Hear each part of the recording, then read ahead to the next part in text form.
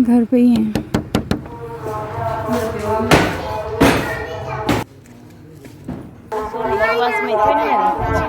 आप दा नहीं ना को लो नहीं पे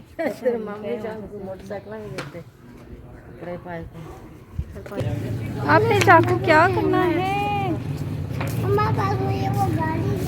हेलो,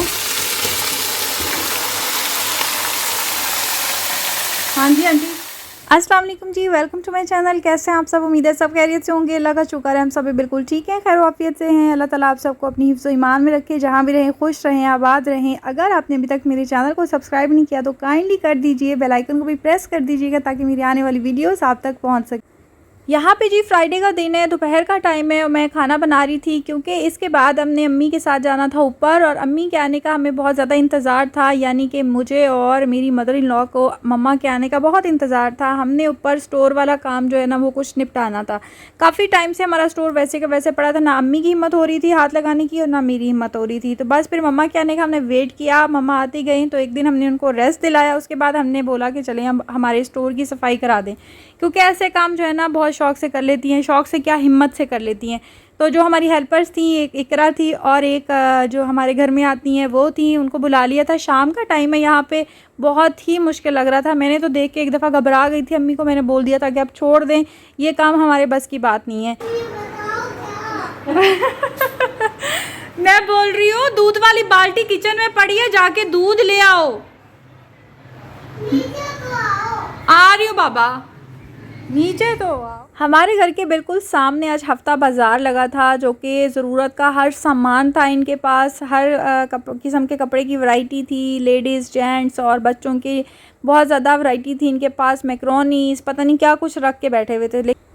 तो हमने सोचा हम भी एक चक्कर लगा लेते हैं, हो सकता है हमारे टाइप की भी कोई चीज़ें मिल जाए। हम भी कुछ बास्केट्स चाहिए थी, कुछ प्लास्टिक की एक दो चीज़ें चाहिए थी। कपड़ा तो खैर नहीं लिया हमने, लेकिन जो चीज़ें हमें चाहिए थी वो मिल गई थी।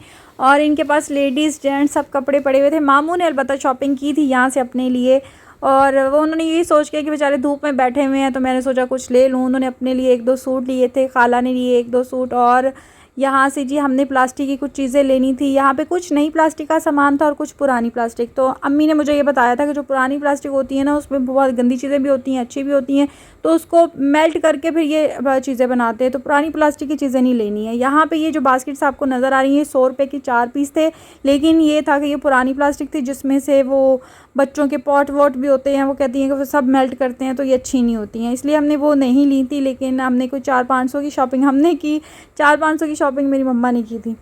और जी यहाँ पे आज हम बनाएंगे बिरयानी। बिरयानी तो मेरे हस्बैंड ने बनानी है और उनको मैंने काफ़ी देर से फरमाइश की हुई थी कि मुझे आपने अपने हाथ की बिरयानी खिलानी है। तो अम्मी तो लोग आए हुए थे, हमने सोचा चलो हम बना ही लेते हैं, हम भी खा लेंगे वो भी खा लेंगे। यहाँ पे 2 किलो चिकन की हम बिरयानी बना रहे हैं। बहुत ही सिंपल और इजी तरीका है। अब मुझे समझ में आया है, कभी एक टाइम था कि मुझे बिरयानी बनाना बहुत मुश्किल लगता था, लेकिन अभी मुझे जाके पता चला कि बाजी बिल्कुल ठीक कहती थी। बाजी कहती हैं कि सबसे ईजी काम मुझे बिरयानी बनाना लगता है, लेकिन अगर आप इस तरीके से बनाएं तो वाकई में बहुत ईजी।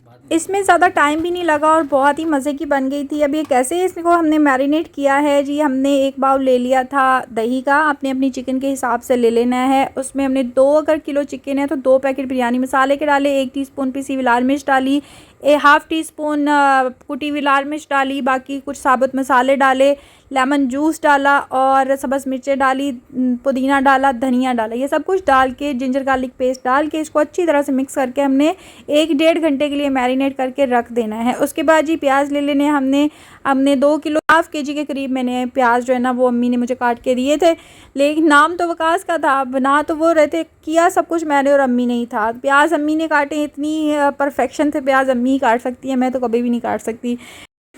तो इसको हमने प्याज अच्छी से ब्राउन करके उसी के अंदर सारा वो मैरिनेट किया हुआ चिकन हमने इसमें डाल देना है। तो यकीन करें बिल्कुल भी टाइम नहीं लगा, बहुत ही इजी तरीके से बन गई थी। टमाटर जो है वकास की रेसिपी में नहीं शामिल होते, लेकिन मैं लाजमी डलवाती हूँ। टमाटर हमने 6 से 7 अदर टमाटर लेके लंबे लंबे काट के वो डाल लिए, और 1 किलो के करीब हमारे पास आलू थे, वो हमने 2-2 पीसेस करके वो डाल दिया। अब अच्छे से इसको हमने पका लेना है।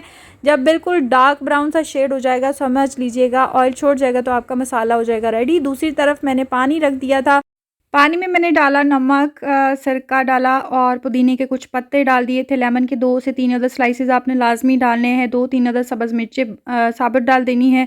इससे क्या होता है कि आपके जो है ना चावल जुड़ते नहीं है, खिले-खिले से आपके चावल रहेंगे। और दूसरी तरफ जी हमारा मसाला ऑलमोस्ट रेडी हो चुका है। सिर्फ़ मसाला जो है वकास ने लगाया था, बाकी ए टू ज़ी सब काम मैंने किए हैं। खुद वो चले गए थे खाला के घर, उनकी कॉल आई थी, कुछ काम था उनके घर में, टाइल्स वगैरह लग रही हैं तो चीज़ें उठा के इधर-उधर रखनी थी। सब लड़के वहाँ चले गए, पीछे से सारा काम मैंने खुद ही किया। लेकिन सब यही बोल रहे थे कि वकास भाई ने बहुत अच्छी बिरयानी बनाई है, क्या ज़बरदस्त बिरयानी बनाई है। जबकि बिरयानी तो मैंने बनाई हुई ना, सिर्फ़ उन्होंने तो मसाला ही लगाया। असल में ज़्यादा काम जो है ना मसाले का ही होता है बिरयानी में तो। खैर जी, लेयर्स लगानी है तो सबसे पतीले की नीचे वाली तह में आपने घी लाज़मी थोड़ा-सा डाल के उसको फैलाना है, इससे आपके चावल नीचे नहीं लगते हैं। ऐसी मेरी अम्मी कहती हैं, यानी मेरी मदर इन लॉ कहती हैं।